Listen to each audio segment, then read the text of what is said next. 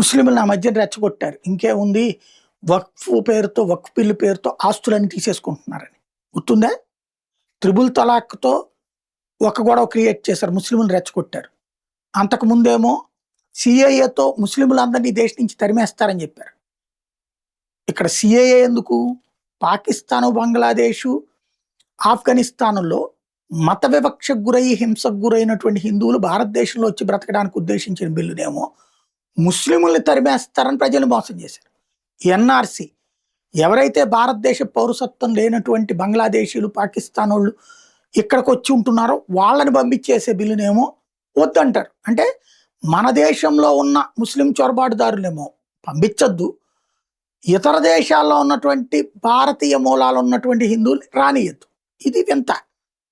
ఇప్పుడు ఇట్లాంటి సిచ్యుయేషనే వక్ఫ్ విషయంలో కూడా తప్పుడు ప్రచారం చేసుకొచ్చారు.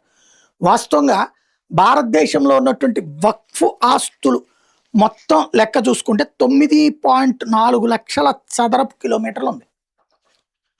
ఇది ఎవరి భూమి? ఈ దేశపు భూమి. కానీ వక్ఫ్ అని చెప్పేసి వాళ్ళు క్లెయిమ్ చేసేయడం అట్లాగే స్ట్రక్ అయ్యింది. అది ఇప్పుడు నిరూపించమంటోంది. ఇదే సందర్భంలో 8.81 లక్షల చదరపు కిలోమీటర్లే పాకిస్తాన్ భూభాగం.